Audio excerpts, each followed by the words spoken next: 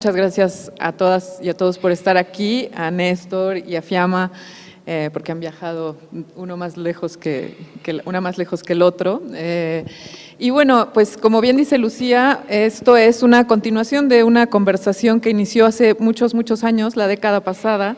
Hay evidencia de esta conversación en textos, en internet, en libros, en discusiones que justamente, como dice Lucía, iniciaron en Tijuana. Y en esta ocasión nos reunimos aquí en un contexto distinto, también con una generación distinta que quizá no conoce esas discusiones y a la cual sería interesante también darles un poquito de ese contexto, de ese momento, de cuáles eran los puntos álgidos de aquella discusión y después venirnos al presente también, a este espacio que tradicionalmente ha dedicado su vocación a los cruces de conocimiento y que es justo lo que sucede en la exposición de Fiamma, una exposición con 10 piezas, prácticamente una retrospectiva, en donde el énfasis está puesto pues, en los umbrales que va cruzando Fiamma de la antropología contemporánea al arte contemporáneo y las contaminaciones que van sucediendo. Creo que bueno, ojalá que se puedan ver en la exposición justo esos cruces de umbrales y también el énfasis puesto en el trabajo de campo. Es ahí donde me gustaría muchísimo que ahondaran nuestros invitados. Ellos están acostumbradísimos a esa extranjería, a ese extrañamiento constante que es el cruce de un saber a otro. Néstor García Canclini, como bien saben, es antropólogo, es también filósofo y también recientemente hemos conocido su fase poética. Acaba de publicar el año pasado una ficción, Pistas Falsas, una novela muy interesante. Ojalá que también abordemos un poquito eso y bueno, pues ahí hay otro límite, otra frontera cruzada, además de las geográficas, de las geopolíticas y de las disciplinares. Y bueno, pues sin más me gustaría, sí, quizá sería bueno iniciar con los comentarios de Néstor acerca de la exposición. Sabemos que la has disfrutado mucho, nos gustaría muchísimo escucharte hablar sobre ella y bueno, pues nos gustaría que iniciaras. Gracias. Muchas gracias por la invitación al laboratorio, a Lucía, a Tania y especialmente gracias a Fiamma por esta exposición.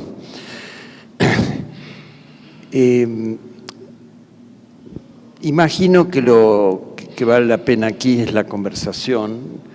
Yo voy a incitar algunos problemas para que Fiamma nos comente. Y creo que seguiremos conversando y de eso se trata. Entonces, más que un texto, aunque tengo unas notas, son realmente anotaciones que fui haciendo en el recorrido de la exposición.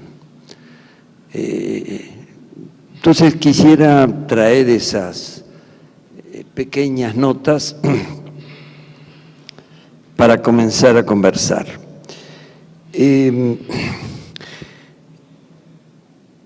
Creo que todos los que han visto la exposición, más aún si tienen noticias del trabajo como antropóloga de Fiamma, estarán de acuerdo en que lo que hace Fiamma es una antropología de aproximaciones múltiples.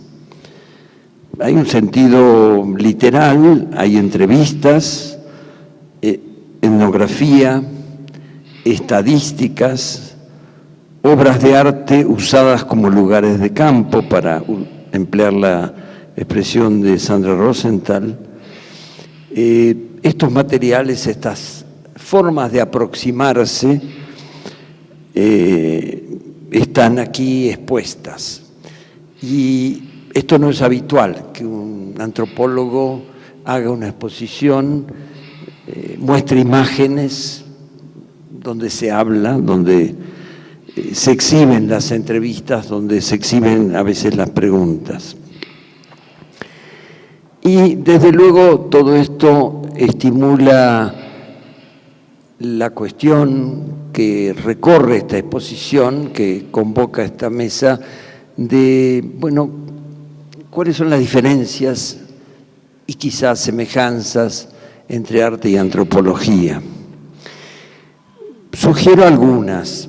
El arte y la literatura me parece que hablan siempre de otra cosa, desvían la mirada. Uno esperaría que la antropología como ciencia social se focalice en los hechos, las costumbres, los rituales claves. Por eso el etnógrafo tiene que estar muy atento a lo que le cuentan, pero a mí me parece no tiene que creer literalmente a los entrevistados. Ahí ya hay una desviación de lo que escucha. En cambio, el artista, que no busca la verdad, sino lo que se puede imaginar a partir de lo que le cuentan, busca un relato o una visión que vaya más allá de lo que existe. En todo antropólogo, como también en un sociólogo, en cualquier científico social, hay una aspiración a captar lo que existe, a explicarlo y o interpretarlo. Al artista no le podemos, o al escritor, pedir que diga la verdad, porque en definitiva no es eso lo que le interesa. Más bien, si tuviéramos que buscar una palabra parecida, diríamos que el arte y la literatura buscan la verosimilitud. A mí me parece que hay tres tareas que van más allá de esas técnicas. Por técnicas me estoy refiriendo a las entrevistas, las estadísticas, lo que ya mencionamos. Y esas tres tareas yo creo que son el montaje, los desplazamientos y la comunicación. Puede haber más, pero quiero referirme un poco a eso. El montaje. En la magnífica serie de videos que tenemos arriba, de entrevistas a personas que trabajan en diferentes profesiones u oficios, vemos desplazamientos, vemos un montaje, por un lado, de esas declaraciones de los entrevistados, pero también un desplazamiento, un montaje de su propia vida, cuando les preguntan, bueno, ¿y si no hicieras esto? ¿Qué quisieras ser?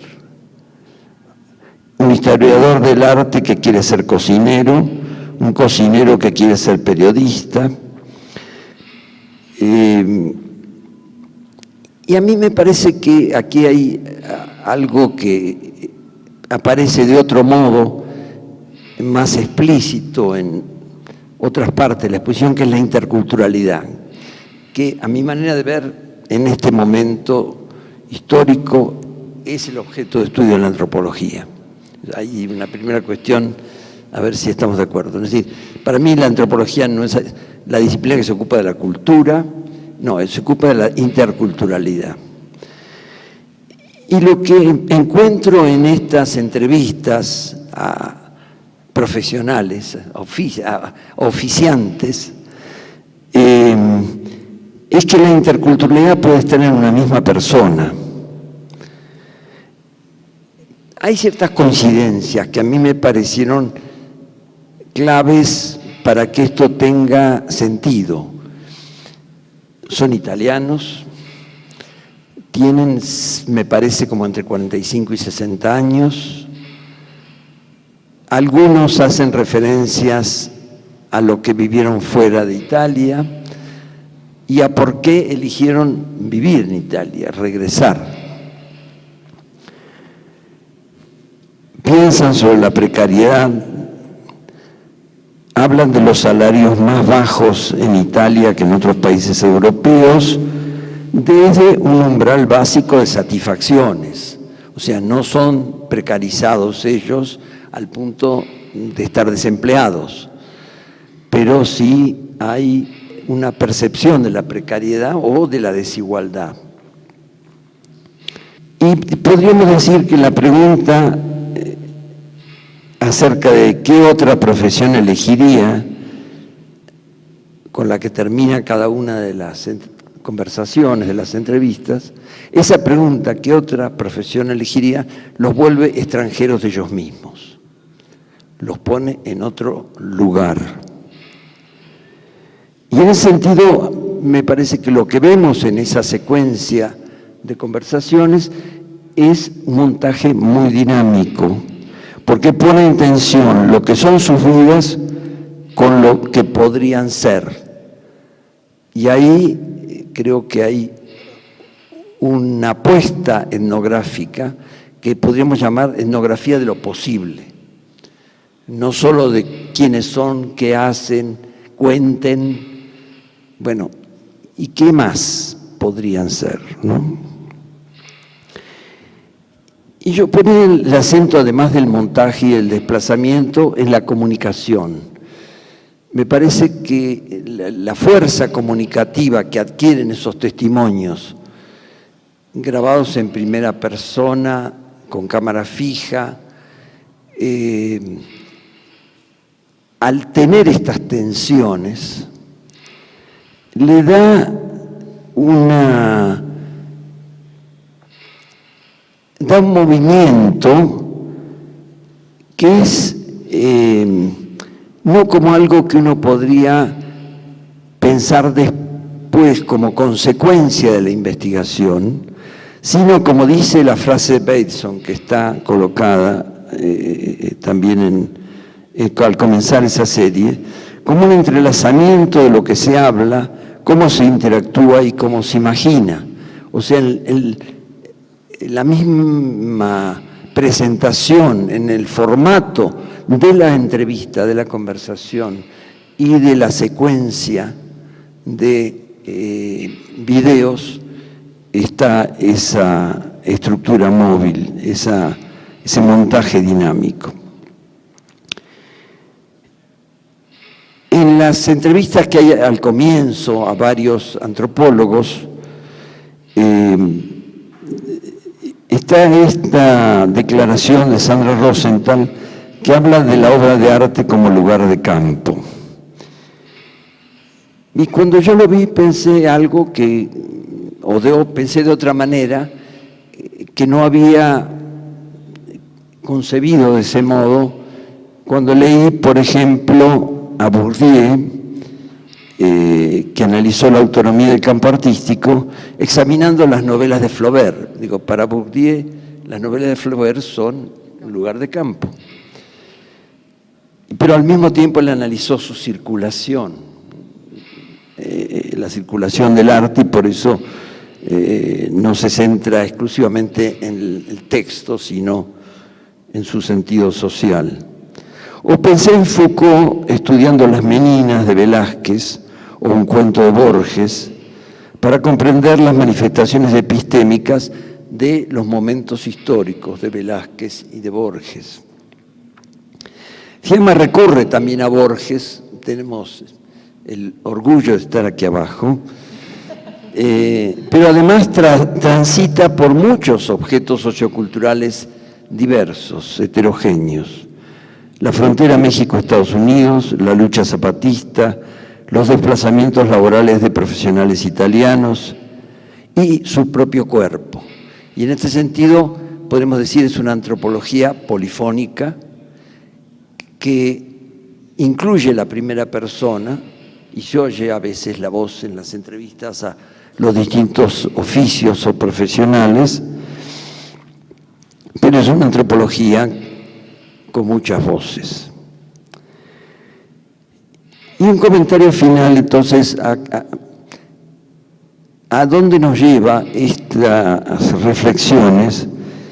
En el sentido de qué le puede dar el arte a la antropología al entremezclar sus estrategias de trabajo, o al revés, la antropología al arte.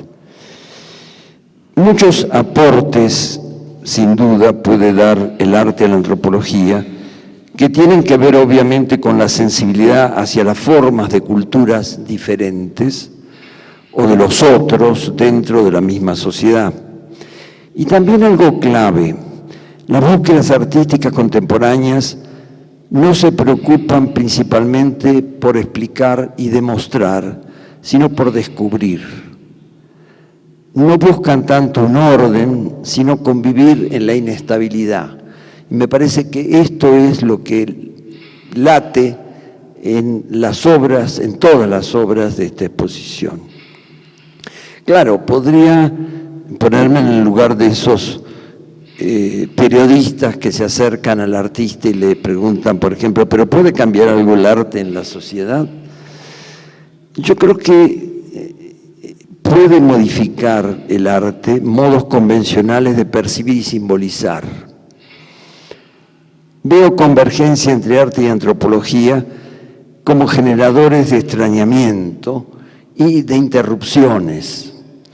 Lamento que no haya podido acompañarnos hoy a Carlos Amorales, porque cuando escribí sobre él una vez, dije que él hacía un arte de interrupciones. Y bueno, última pregunta, ¿para qué sirve interrumpir? Para desnaturalizar cualquier orden alisado de lo social. Por ejemplo, las pretensiones de referirnos en bloque a los mexicanos o los indígenas o los italianos o las mujeres.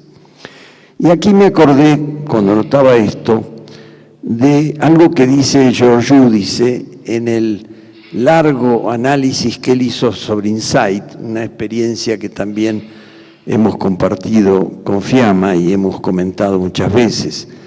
Giudice dice, analizando esa experiencia binacional en territorios de Tijuana, San Diego y alrededores, en la frontera misma entre Estados Unidos y México, Giudice dice que lo que uno ve en todo ese fenómeno de Insight y en la frontera misma es lo intrincado entre los dos lados de la frontera. Y a mí me parece que algo en lo que coinciden las artes y las etnografías en hacer visible lo intrincado.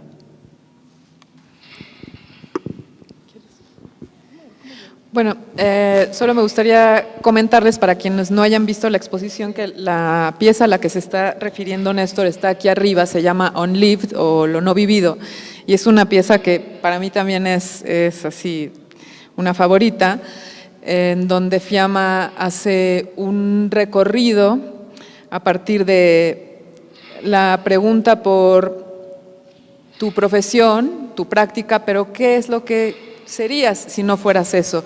Y ahí va encadenando justamente la historiadora del arte que quisiera ser chef, el chef que quisiera ser periodista, la periodista que quisiera ser coreógrafa, el coreógrafo que quisiera ser astrónomo, y tiene un final muy, muy interesante, no se los quiero spoilear, pero es muy interesante porque es un final abierto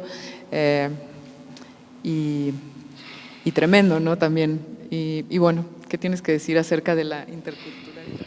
Ma io les explico la pieza en el sentido que es interesante porque esta pieza llega después de muchos años afuera de Italia y en el momento en que regresaba como por lo menos 1 o 2 veces al año a Italia, empezaba a observar mi propia generación o mi profesor o parientes o gente alrededor, y me estaba dando cuenta de cómo la Italia que se estaba viviendo era una Italia que se estaba yendo muy por abajo económicamente, ¿no? O sea, yo crecí con una Italia que era siempre en una permanente crisis, pero nunca a los niveles de los últimos años. Como España y como Grecia, digo, tenemos otros ejemplos, ¿no? Y entonces siempre me preguntaba qué pasaba con la gente que se quedaba, porque muchos nos fuimos. Mucha gente de mi generación se fue de Italia y buscó trabajo afuera. Y entonces tenía esta cosa atrás en mi cabeza. Después pasó que estaba leyendo a Franco Berardo Bifo, que creo que vino también aquí a la UNAM, y que se preguntaba sobre el pasaje a nivel económico y social desde los 70 hasta hoy, cómo pasamos de una sociedad que se opone al trabajo para afirmarse, a una identidad que se opone al trabajo para afirmarse. Él probablemente pensaba toda lucha continua o todos los movimientos de la izquierda extraparlamentaria italiana sobre todo, a una sociedad que vive de la identificación con el trabajo para poder existir. También un trabajo no pagado, que nos pasa continuamente en el mundo del arte. Y esta pregunta se junta con mi observación de volver a Italia y ver que hay muchos problemas de desocupación y económicos y de gente de mi generación que de verdad está muy calificada y que no encuentra un trabajo estable, ¿no? Después, el tercer elemento de esa pieza es Adam Phillips, que es un increíble psicoanalista que habla en uno de sus libros que se llama Missing Out, no sé en español, y en ese libro él explica que de alguna forma todos tenemos una segunda vida mental. Entonces, o sea, todos soñamos de ser algo más de lo que somos, ¿no? Y a mí me pasó, era antropóloga y quería ser artista, pero hay mucha gente que conozco pasa eso, ¿no? Lo más clásico es que uno es como la primera entrevistada, ¿no? Es historiadora de arte, pero quiere ser chef. Y no es nunca que es cocinero, es solo chef, o sea, es algo, en la segunda vida es muy bien realizada y siempre decimos con muchas expectativas realizadas en la fantasía, ¿no? Entonces pensé, sería interesante encontrar una metodología que pasa de uno a otro, ¿no? Entonces así empezó el trabajo. Puse esos tres ejes juntos y me fui a hablar con la gente alrededor de mí. Entonces empecé con esta mujer que es historiadora de arte y traté de hacerla hablar por 10 minutos sobre las problemáticas que hay en Italia hoy siendo una profesora de arte o curadora. Y ella habla muy interesante, todos ellos hablan de manera muy interesante de cada ocupación y de los límites y la posibilidad de las ocupaciones, pero el tema común es la crisis. Todos hablan de la crisis, ¿no? Entonces ella quería ser chef. Entonces yo me voy a buscar un cocinero. Al cocinero chef le digo, ¿cuáles son las problemáticas de tu profesión? Y él quería ser performer. Y como decía Tania, ¿no? De uno a otro. Y este juego me hizo ver muchas cosas que pasaban en ese momento en Italia. Entonces, de alguna forma, para mí era un trabajo de campo, pero con una posibilidad de ser artista y de crear soluciones diferentes de la que crearía una clásica etnografía, que ya me está estrecha, ya no quiero hacerla. Y entonces, la parte de la posibilidad, como decías tú, que según yo, que tú estás haciendo como una diferencia entre la verdad del antropólogo y la posibilidad de lo artístico. Yo las quiero poner juntas, ya no quiero que sean disociadas estos dos aspectos, ¿no? Me interesa la verdad, pero tengo miedo, soy sospechosa del concepto de verdad del antropólogo, porque vengo de una formación de una antropología muy crítica hacia el concepto de verdad, que viene de Foucault, la crítica. Y al mismo tiempo, en Tijuana, sobre todo, en mi trabajo de campo, para mí el concepto de lo posible, de lo algo más que no está aquí, siempre me ha parecido muy fuerte. Y es desde esta experiencia del trabajo de campo en Tijuana, que a mí me duró 6 años, entonces bastante largo el tiempo, siempre me quedó muy fuerte la pasión, decimos, el interés, más que por representar solamente, trabajar más con deseos, con posibilidades, con sueños, con afectos, ¿no? Entonces en esa pieza trato de poner las dos cosas juntas, no es fácil, pero decimos que la pieza acaba en 2 maneras, ¿no? Tania no quiere decírselo, yo se los digo. Una era encontrar a alguien que realizaba su doble vida. Y entonces, porque la última persona me dijo, quiero ser astrónomo. Entonces el astrónomo, yo decidí que tenía que hacer la pieza en un mes. Encontrar el astrónomo fue difícil, claramente, ¿no? El astrofísico. Entonces al astrofísico, para cerrar el círculo, le he preguntado, ¿qué no quieres ser? Y él me dijo, no quiero ser político. Entonces pensé, tengo que encontrar un político que es algo más, que tiene una doble vida. Y lo encontré, el político que es también matemático. Y el final de la pieza, que es el trabajo real, que es un poco duro en realidad, es todos los que no tienen vida, que se suicidan por falta de trabajo, ¿no? Que era lo que a mí me golpeaba mucho en mis visitas a Italia, ver cómo mucha gente se estaba quitando vida por no tener una vida laboral. ¿Okay? Entonces, ese era el juego de la pieza, ¿no? Entonces, si tú quieres, en esa pieza yo trato de poner las dos cosas juntas y también hay un fuerte trabajo sobre el color, porque cada pieza, cada screen, ¿cómo se llama? Pantalla contiene la que viene antes. Entonces, por ejemplo, la historiadora de artes tenía una camiseta roja, no me acuerdo, una cosa roja. Entonces, la pantalla se vuelve más roja en cuanto su deseo se afirma más de la segunda vida, ¿no?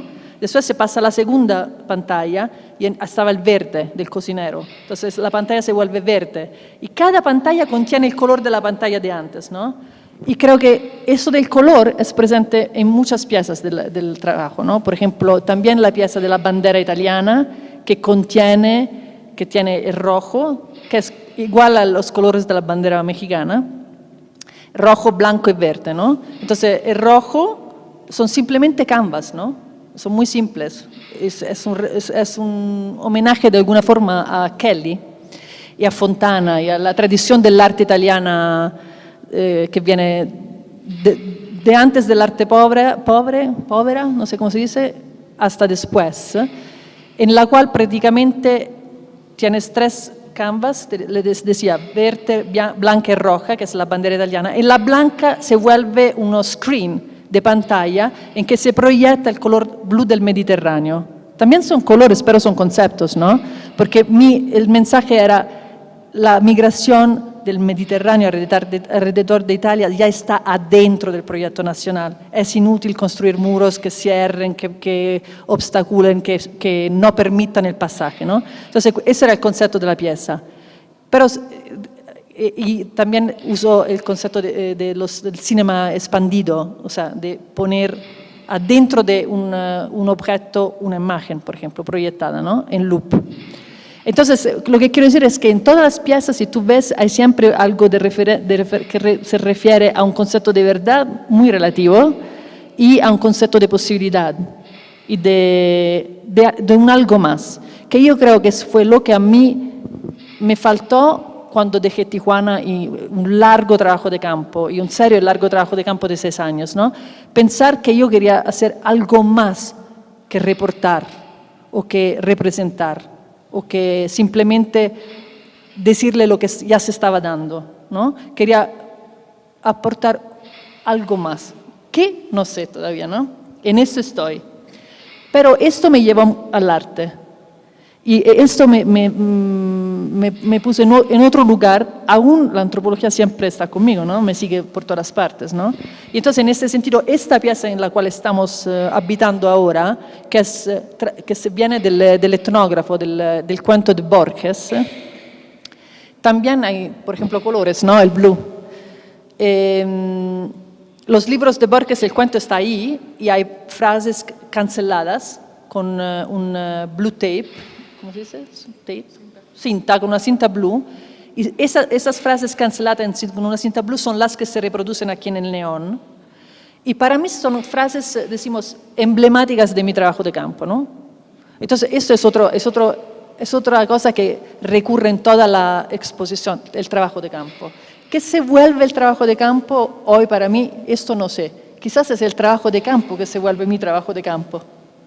O sea, yo pienso que estoy en un momento en que la pieza de Leris, por ejemplo, me pidieron de presentar una biografía mía y mandé mandar un retrato mío de 5 minutos, me pidieron por una exposición.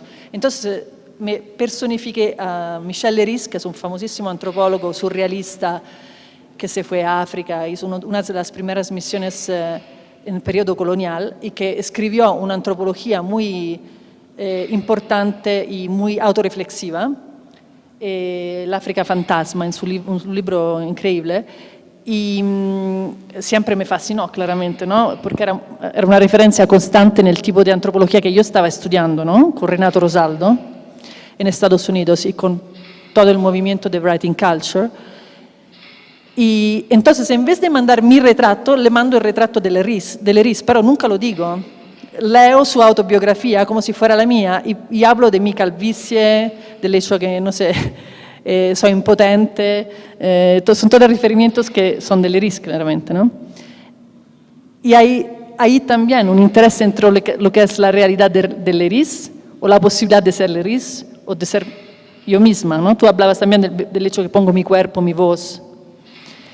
El trabajo, decimos, más de antropología visual clásico es lo que es sobre Chiapas, y que es de los años 90, que es cuando yo conocí a Néstor, él no se acuerda, pero yo sí. Yo fui a Chiapas, lo hablábamos ayer en Soma, y me fui de turista. Me fui a ver el clásico Museo de Antropología aquí, me fui a ver los mayas, bastante congelados, como decía Néstor en su libro, no había leído Néstor. Y después me encontré en la revuelta zapatista en San Cristóbal, de pura casualidad. Entonces eso claramente cambió completamente mi visión de la antropología, ¿no? La antropología se volvió muy contemporánea, se volvió muy activa, muy participativa, se volvió vivente, muy viva, ¿no? En Italia nosotros estudiábamos los mayas del periodo clásico, no los de hoy, ¿no? Ni nos ocurría. Después regreso a Italia y encuentro el libro de Néstor, después de unos pocos años, sobre culturas híbridas, y allá, y con James Clifford, otro referente importantísimo para mí, encuentro como respuestas para explicarme por qué me interesa otro tipo de antropología, ¿no? Me interesa una antropología que cruza continuamente fronteras. Y es así que llego después de estudiar los chicanos, que es entonces una frontera que es más metafórica, la frontera del sur, que es más geopolítica, la frontera del norte, que es la de Tijuana. Decido de trabajar más sobre la frontera como concepto disciplinario, ¿no? Y cruzar al arte. No sé si estoy tratando de darle una visión un poco más general de la expo, ¿no? Y yo creo que tú querías hablar de esa extrañeza, ¿no? ¿Verdad? No, bueno, creo que está... Era una de tus primeras preguntas. Sí, bueno, la extrañeza que implica, primero, me parece la propia práctica de la antropología, ¿no? Siempre eres extraño donde estás, lo que estás estudiando. Y luego la búsqueda, el impulso que se ve en ambos, en estar buscando esa extranjería en cada proyecto, en cada libro, en cada... y bueno, a mí me gustaría mucho conectarlo con Pistas Falsas y con tu experiencia de cruzar hacia la literatura, llevando por supuesto todo el bagaje antropológico, y cómo es hacer trabajo de campo en el futuro, en 2030, ¿no? Y imaginar, porque es lo que hiciste un poco, ¿no? Imaginar un campo en 2029 siendo un antropólogo chino que viene a estudiar América Latina y que encuentra, que fue lo que a mí me movió más de la novela, es como el estado de los archivos, lo que sucede con los... Y bueno, desde las condiciones iniciales, digamos, que puedes ver en el presente, y creo que eso, ese sentimiento o esa sensación, sentimiento, búsqueda de la extrañeza está presente también todo el tiempo en tu trabajo, ¿no? Antes de darle la palabra a Néstor, quiero decirle una cosa a Néstor. A mí me parece muy interesante que tú hiciste esta novela ahora, porque me parece muy interesante que tú hiciste esta novela, ¿no? Que tú te cruzaste una frontera también, ¿no? Y me parece que sean muchas, ¿sí? ¿No? Esto sabemos, pero esta es muy interesante porque si tú piensas a una persona como Renato Rosaldo, que es un amigo común muy importante para nosotros, que es antropólogo y que es poeta, y que ahora opera como poeta, tú empiezas a entrometerte en la literatura, yo en el arte. Muchos antropólogos empiezan a tener como ese sentido de una disciplina que está muy estrecha, ¿no? Yo quiero que tú hables de la novela y del por qué pasa eso.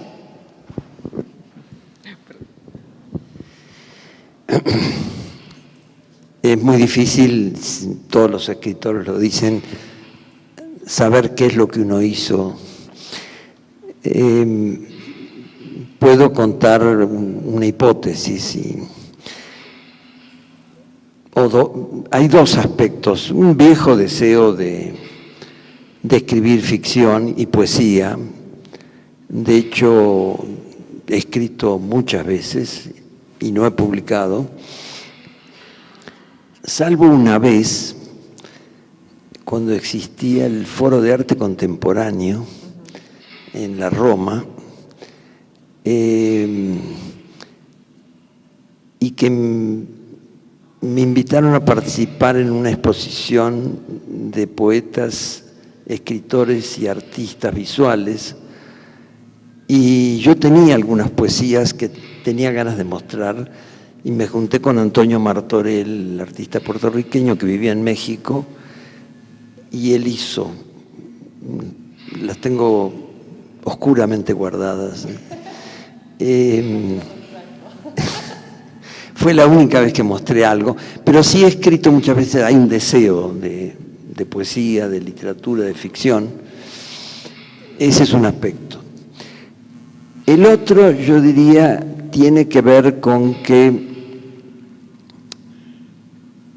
yo había publicado algo que mezclaba ficción y ensayo en un libro anterior, que se titula El mundo entero como lugar extraño, y donde me inventé a un estudiante de doctorado que se le estaba por acabar el tiempo de su beca y no sabía sobre qué hacer la tesis, hasta que descubre un día una conversación y eso le detona el tema, que es hacer etnografía de los rituales en los congresos académicos. Y empieza a recorrer congresos. Entonces, claro, en los congresos se presentan ponencias y ahí yo pude soltar las partes ensayísticas que quería meter, empaquetar en ficciones. Y pasan cosas, hay una relación amorosa, etc.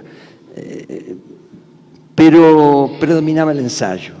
Y en Pistas Falsas sí ya intenté, aunque no pude controlar la parte ensayística, que sucedieran estos viajes, estos saltos de un chino que se dedica a literatura latinoamericana y se convierte, de hecho, en el camino en un socioantropólogo latinoamericano, vive en Argentina, viene a México y a su vez al final, no del todo el final, no voy a contar el final, pero bueno, sí, al final hay cartas, en 2030, cartas. Pero él habla en una conversación muy íntima con su compañera y dice, en realidad, me siento muy insatisfecho, no puedo entender esta descomposición que en 2014, 15, 16, cuando escribí Pistas Falsas, sentía como que, y me lo dijeron algunos, que podía ser vivida como demasiado, una sociedad demasiado descompuesta, esta que imaginaba el 2030. Hoy ya no me parece tanto, tan ficcional, hasta pienso que es tímida.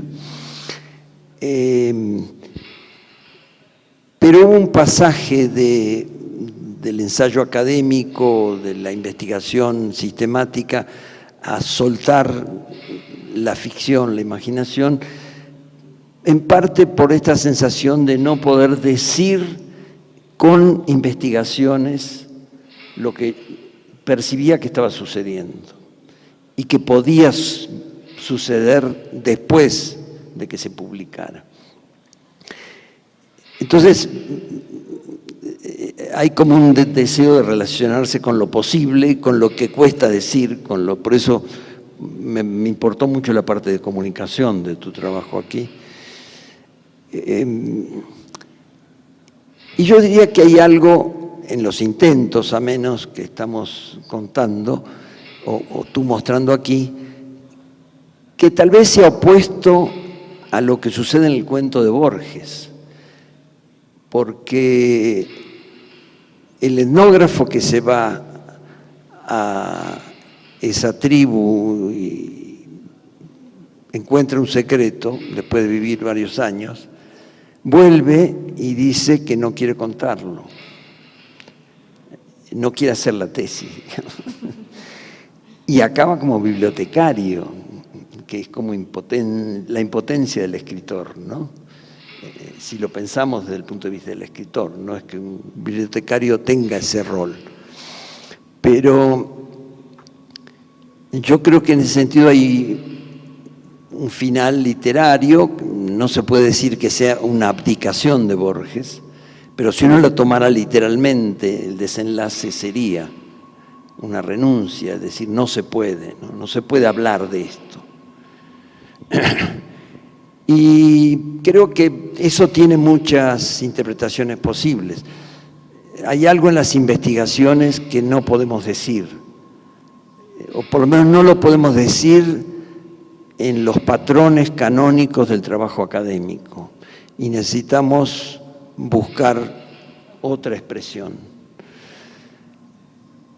Y hay algo que siempre sabemos, hagamos ensayo académico o hagamos ficción, hay algo que no logramos decir, ¿no? Pero en parte ese es el lugar de lo posible, de lo que... Y para volver a la cuestión de la interculturalidad, para mí al menos, es lo que nos hace aceptar a los otros. El otro es alguien que dice algo que yo no entiendo, siempre va a decir algo que yo no entiendo, aunque hablemos la misma lengua, hayamos nacido en la misma ciudad.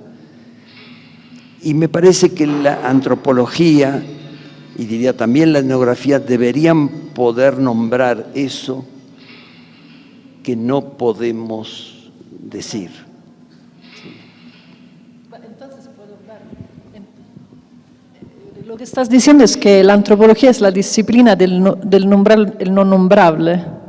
¿Sería correcto? No solo eso, yo creo que hay mucho que se puede decir con la escritura antropológica, incluso la más académica, y se dice, y lo sabemos, gracias a que leemos eso. Pero me parece que hay una ganancia en reconocer ese momento en que uno tiene que encontrar la manera de decir sin que se entienda del todo porque uno no lo está entendiendo, ¿no?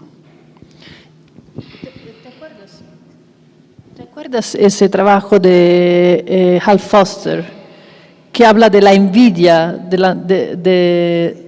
sí, el artista como antropólogo habla de una envidia, ¿no? Tarek El Haik trabajó mucho en eso, ¿no? Me gustaría que dijeras una palabra sobre eso, pero que hay como una envidia, ¿no?, entre artista y antropólogo, porque hablábamos ayer también en Soma de que muchos artistas usan los recursos antropológicos hoy, más y más, ¿no? En el trabajo de Sandra Sale, en el trabajo de Eduardo Avaroa, ¿no? Hay muchos ejemplos, sobre todo en México, muy claros, ¿no?, de artistas que usan la etnografía o la antropología, tenemos que distinguirlas, yo creo, de manera activa, ¿no? Pero ese ensayo en que él habla de esa envidia, pues parece que estamos todos en este juego. Yo no estoy de acuerdo, pero parece que algo hay ahí, ¿no?, entre antropólogos, artistas, poetas. O sea, definitivamente al antropólogo lo extraña algo en la escritura, más y más. Y es como que hoy estamos más autorizados a nombrar el innombrable, ¿no? Me parece a mí. ¿Quieres decir algo sobre ese ensayo? No, porque él escribió muchísimo sobre eso. Yo creo que sería lindo. No quería, pero va. Ok. No, okay. Yo pienso que hay dos elementos de los cuales podemos hablar. Yo pienso que el gesto de Duchamp es un gesto muy importante. Cuando Duchamp dice, go get yourself a job, no más pintura, ¿no? En este pasaje, desde la pintura al ready-made, sobre lo cual escribe Thierry de Duve en particular, me parece que hay algo analógico en esta discusión, en el sentido como si hay un pasaje desde la antropología, o digamos desde la etnografía, a un experimento con formas, ¿no? Entonces, hay una doblez, ¿no? Hay algo doble, ¿no? Hay algo doble en tu muestra entre labor and work, ¿no? Hay también una dobleza entre antropología y etnografía, y la ecuación antropología-etnografía ya está quebrada. O sea, no podemos decir que la antropología es necesariamente etnografía. Entonces, la pregunta que yo tendré para ustedes, más allá de esta cuestión de envidia, ¿no? O de amor-odio, o de lo que Clifford llama el artista manqué, ¿no? El antropólogo que no puede ser artista, ¿no? A mí lo que me interesa más es lo que ustedes están haciendo con respecto a la literatura, en tu caso, o con respecto a los artes visuales, en tu caso. ¿Se quedan antropólogos? Entonces, es otra forma de ser antropólogo, como para Duchamp era otra forma de ser artista, cuando dejó de hacer pintura. O, en tu caso, quizás porque tienes una doble formación, en el sentido que fuiste a una escuela de arte, tienes un training, etc. Entonces, ¿son dos cosas que están en diálogo o es un pasaje? Y en tu caso me parece que estás en diálogo con Adorno también en tu libro, en Pistas Falsas. Con Adorno, con la cuestión de qué hace uno cuando hay una situación de exilio, ¿no? Entonces, para mí yo veo más Duchamp en esta conversación como figura de un pasaje. Entonces, muchas resonancias, sí. Efectivamente hay una referencia en Pistas Falsas que además aparece fuera del texto, aparece en la solapa, a que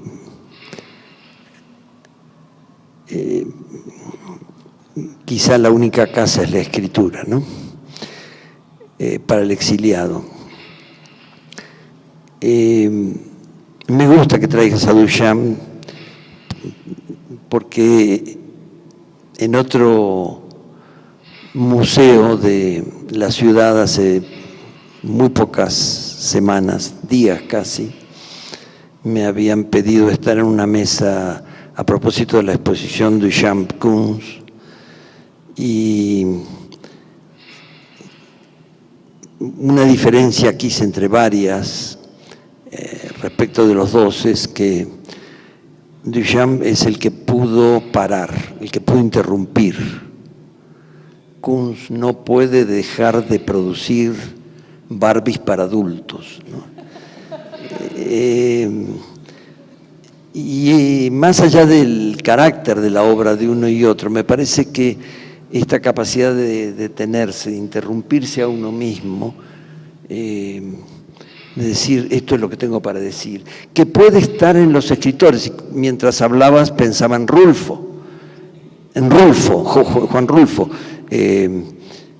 Escribió 2 libros y paró, y todos le pedían que sí, y él se supone que ficcionalmente se construyó una novela que estaba escribiendo, la historia, el mito en el sentido falso, es una mala definición de mito, pero de que él estaba escribiendo algo, que hasta alguna vez a un periodista le dio un título para sacárselo de encima, y en realidad no escribió más que 2 libros, ¿no? Y eso es lo que él tenía para decir, y fue muchísimo, y bueno, y son libros muy etnográficos de México. Pero, tu pregunta es prácticamente si uno, porque hay, en esto Sandra lo habla también y tú lo hablas en el video que tenemos que se llama Metálogos, ¿no? O sea, hay un trabajo arriba, no todos lo vieron probablemente, en que yo he preguntado antropólogos, decimos, de mi generación que trabajan con el arte, de salirse a la calle y tomarse un selfie, que no es muy académico, ¿verdad? Hablar por 3 minutos de qué quiere decir para ellos el arte, cómo trabajan con el arte, cuál es el sentido del arte en su trabajo.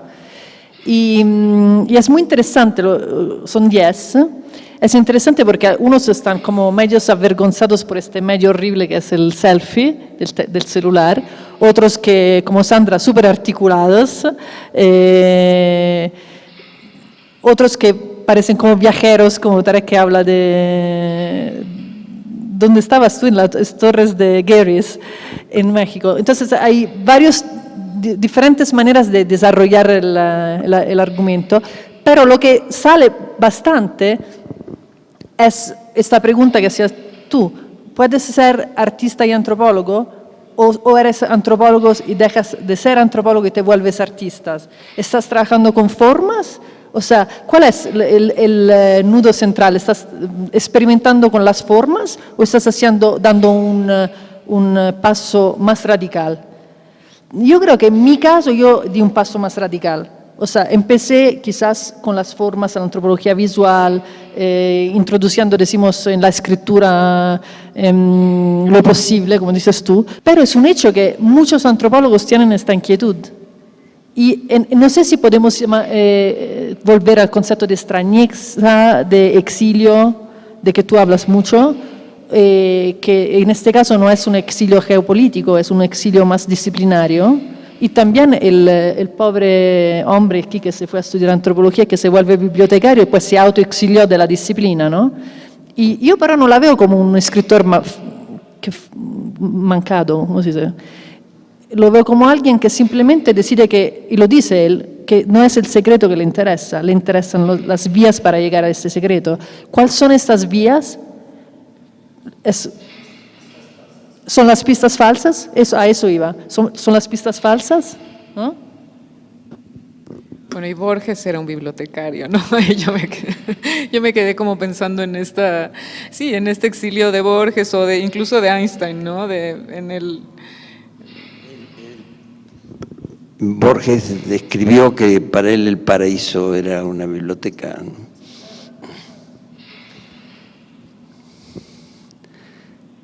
Pero me parece que hay una apuesta distinta, aunque lo traigas en tu trabajo, no sé. Hay una tensión, me parece, en la pieza final, la pantalla superior y la inferior, porque la inferior es la que da la información, incluso estadística, de los suicidios por desesperación laboral. Y la de arriba es la de un científico, pero que en realidad es un pensador político, que trata de ver cómo se puede ser político, después de alguien que dijo, lo que no quiero ser es político, ¿no? Entonces me parece que quedarse en la atención es lo interesante. Es algo que necesitamos mucho hoy, me parece, ¿no? Cuando nos proponen todavía, después de tantos fracasos de partidos, de movimientos sociales, de empresas, de gobiernos, nos proponen, pero sí, hay que creer, hay que optar por algo, bueno, sí, hay que votar, o se puede no votar, o votar con reservas, pero esto de hay que tomar partido, ¿no? Hay otras posibilidades, me parece, que es oscilar entre reconocer el drama, que tiene su forma extrema, ahí abajo, y el que siga escribiendo en una revista con sentido político, ¿no? Y pensando políticamente. Yo creo que a mí por lo menos es lo que me interesa, seguir pensando políticamente y a la vez con la carga necesaria de desconfianza, quizá desconfianza es una palabra un poco excesiva como envidia, pero con el sentido de relatividad para usar una palabra antropológica, ya de mala fama. Pero con la posibilidad de estar siempre preguntándose si eso que uno considera lo más votable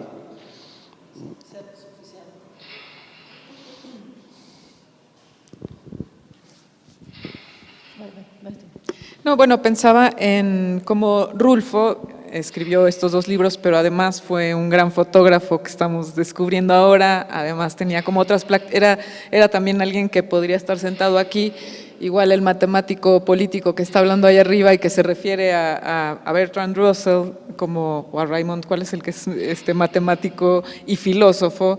Y hay una serie de híbridos entre los autores que son, ¿no?, como layers, o sea que cuando ya te fijas, la antropología está fundada de alguna manera la antropología moderna o contemporánea, muy cercana al arte, ¿no?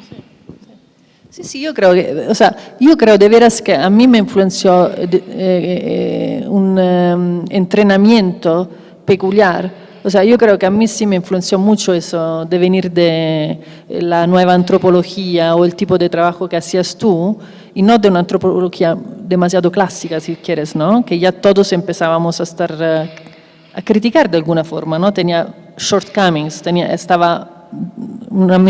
una mirada demasiado etnocéntrica también, ¿no? Yo creo que venir de esa antropología a mí me ayudó mucho a liberarme y a hacerme sentir no tan culpable en querer trabajar más con el posible. Porque yo creo que, decimos, los fundadores clásicos de la disciplina también tenían que afirmar una disciplina, entonces tenían que marcar una diferencia, por ejemplo, con la filosofía, afirmando como una disciplina más de conceptos aplicados de alguna forma, ¿no? Y el trabajo de campo así se afirmó con Malinowski. Yo creo que después de muchos años y de muchos experimentos que vinieron antes de nosotros, en el cual Leiris fue un precursor, pero no era la norma, no era lo normal. Yo creo que nosotros tenemos el lujo también de intrometernos más en otras cosas y sentirnos menos culpables por no ser tan positivísticamente científicos, como te puedo decir, ¿no? Entonces, están las estadísticas, pero están también extraviadas y en posibles vidas de otros, ¿no? Aparte que la persona que es el matemático al cual nos referimos mucho, el político, era mi profesor de matemática, que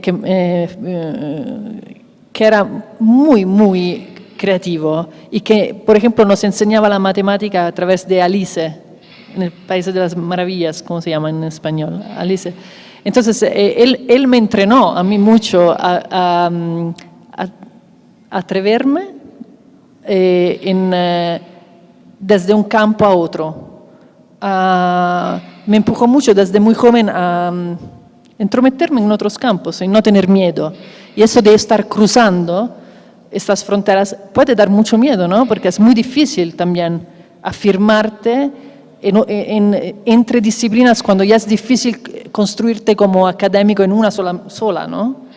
Creo que ese es un trabajo que intentamos todos los que estamos aquí, sobre todo, de hacer, y que es muy duro, porque es muy solitario también.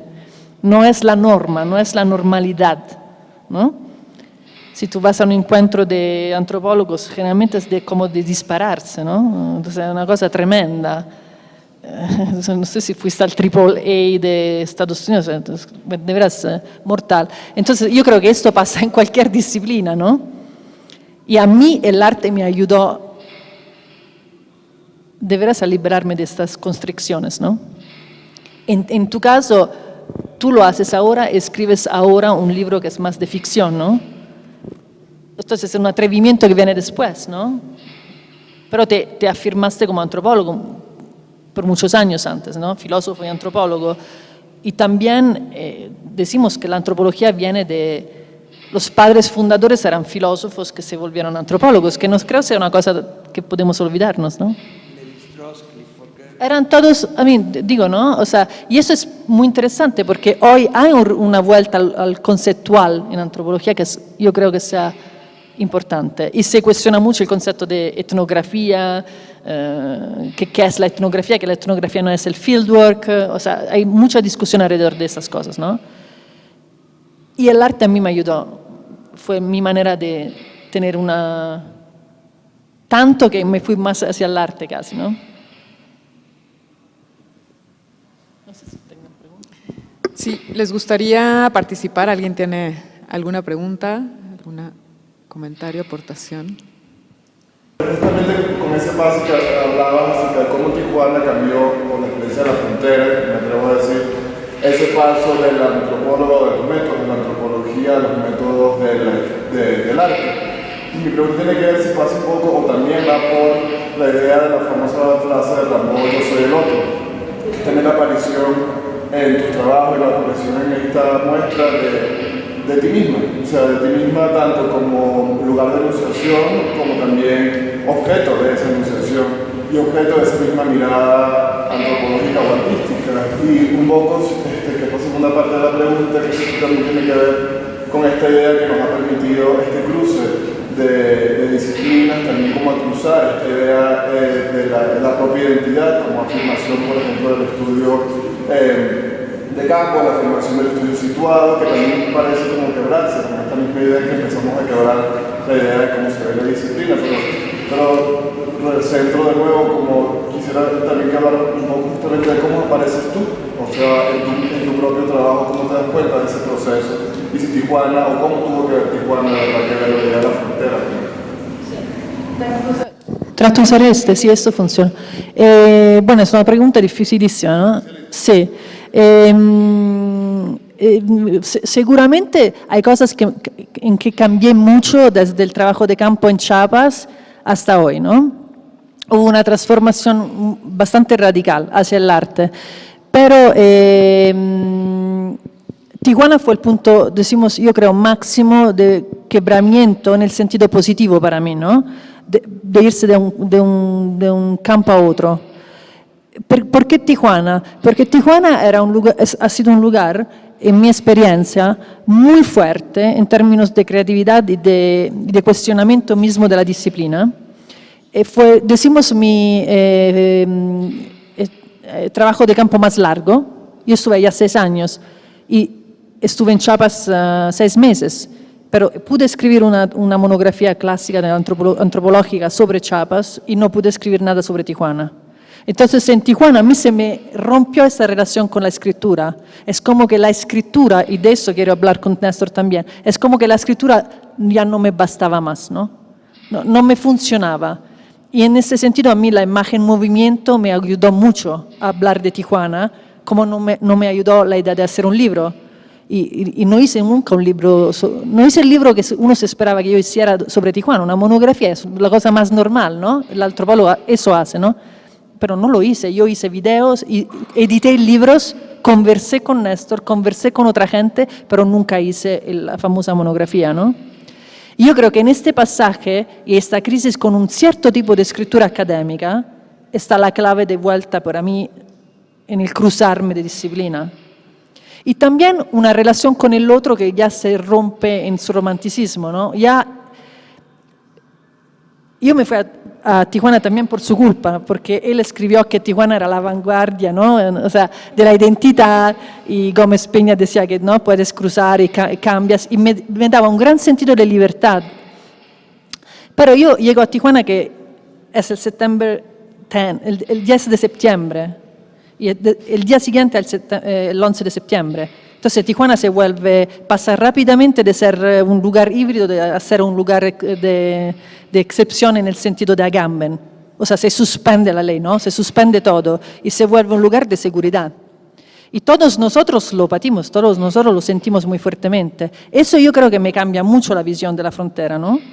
Y aún hago alianzas preciosas y enriquecedoras, increíbles, con todos los artistas, los críticos, los curadores en Tijuana, y aprendo como nunca aprendí en mi vida. Sí, definitivamente decido que no hay un lugar especial, que no hay una identidad especial en ningún lugar. Es en Tijuana que se me da esta transformación. O sea, yo creo que se trata de elección. Yo creo que puedes encontrar a alguien que quiera cruzar, que quiera atreverse, ¿no? ¿Cómo se dice? Atreverse, que quiera cuestionarse a sí mismo en cualquier lugar, y que no hay ya un lugar especial en donde encontrarlo. Y eso fue muy fuerte para mí, ¿no? Y eso me empuja mucho hacia el arte y hacia la posibilidad de liberación que me da ese tipo de arte. En lo personal, estuve cruzando frontera toda mi vida y creo que la frontera más fuerte la crucé ahí. Y creo que me ayudó muchísimo la convivencia con personas que eran de frontera también. Y no porque estaban en una frontera, no necesariamente eran de frontera porque estaban en una frontera física, ¿no? Y creo que volvemos al concepto de extrañeza. Creo que ese proceso de extrañeza se me hizo más ancho, hasta que ocupara completamente ese espacio y no me diera la posibilidad de realizarlo nomás ahí, ¿no? Una que es más repregunta acerca de lo que justo habías comentado, y también me gustaría que hablara sobre entonces esa relación con la escritura, porque o sea, me permito como cuestionarla en el sentido de que has estado buscando obsesivamente imágenes y sin embargo le escribes una carta al muro de Tijuana, entrevistas a estas personas, lees, cuando te toca hablar sobre tu autobiografía lees otra, y tan evidente queda como que aquí estamos encerrados en escritura e iluminados ciertamente como por las palabras. Entonces, como, fíjate en esa relación que tratas de separarte, al final veo que te sigue llegando como obsesivamente igual a la idea de escritura, que tenga que ver quizás con los dispositivos con los que trabajamos entre disciplinas. Y no sé, así que me gustaría como que hablaras más de eso y por qué sientes justamente que esa escritura era lo que te atrapaba y la imagen te permitía salir. Quizás tenga que ver con las interrupciones, con lo oculto, con esta idea de extrañeza, pero vuelve obsesivamente a eso. Es buena pregunta porque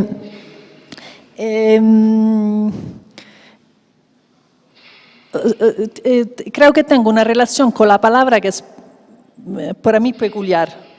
En el sentido que para mí la palabra es muy importante y la palabra dicha tendría que ser muy bien pensada. Y eso es muy personal, pero en mi vida encontré muchas personas que usan las palabras sin darle un peso que yo pienso que debería de ser mayor, ¿no? Por un lado. Por el otro, siempre fui escritora, desde muy joven, pero una escritura que no es la académica necesariamente. Y la academia me disciplinó muchísimo. Y eso es lo que te decía cuando te decía que pasé la frontera después de Tijuana, porque me di cuenta que una excesiva profesionalización con ciertas reglas muy definidas de la academia, era esa la escritura que escapaba, no una escritura en general. Pero a mí la escritura me mueve, y para mí es importante, las palabras para mí son importantes, deberían de ser menos y más sólidas y más evocativas. Pero sí, definitivamente hay palabras en todo mi trabajo, ¿no? O sea, es muy claro esto. Y lo visual a veces me viene en ayuda cuando las palabras de veras no dicen lo que quiero que digan, ¿no? Y eso yo creo que se ve en rastros, porque hay palabras, pero hay también silencios, ¿no? En que son las imágenes que hablan más. Entonces, dependiendo de cuál trabajo se trate, o son palabras prestadas, ¿no? Las de Leris. Hay siempre un juego de palabra, pero la palabra, decimos, del video del zapatismo es mucho más canónica, si quieres, de antropología visual. O sea, me fui, hice mi trabajo de campo, viví con los zapatistas, hice entrevistas más clásicas. La entrevista que tú ves aquí es muy distante de ese tipo de entrevista, o es muy distante la de metálogos también, en que son ellos que hablan y que me hablan. Yo le escribo una carta, le doy instrucciones, como en uno de los más clásicos trabajos de arte conceptual, les doy instrucciones sobre lo que quiero y son ellos que hacen la pieza. Yo no hice nada. O sea, otra vez, no hay una particular craft, pero hay encontrar el dispositivo para poner todos ellos juntos en 30 minutos. Entonces, no decía que la palabra para mí no es importante, decía la escritura, para mí es muy importante. Pero no decimos canónicamente académica. Aún me gusta el rigor. Me gusta que las cosas tengan una sustancia, porque también en el mundo del arte sabemos que se dicen un montón de pendejadas. Pues sí, ¿no? Es muy ligero. a veces, tanto la academia es muy pesada y demasiado obsesionada con su rigor, tanto el mundo del arte es muy ligero a veces, ¿no? Y usan las palabras, no sé, trabajo de campo con una tranquilidad, van 2 días y hacen el trabajo de campo, ¿no? O sea, hay de veras una ligerez que cuestiono profundamente, ¿no? Muy bien, bueno, pues agradecemos muchísimo la presencia de todas y todos.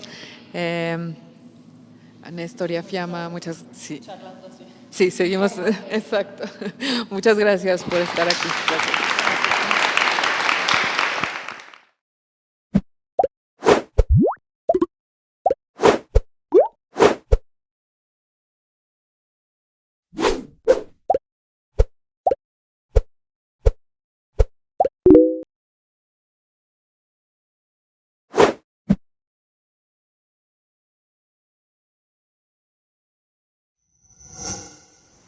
Gobierno de México.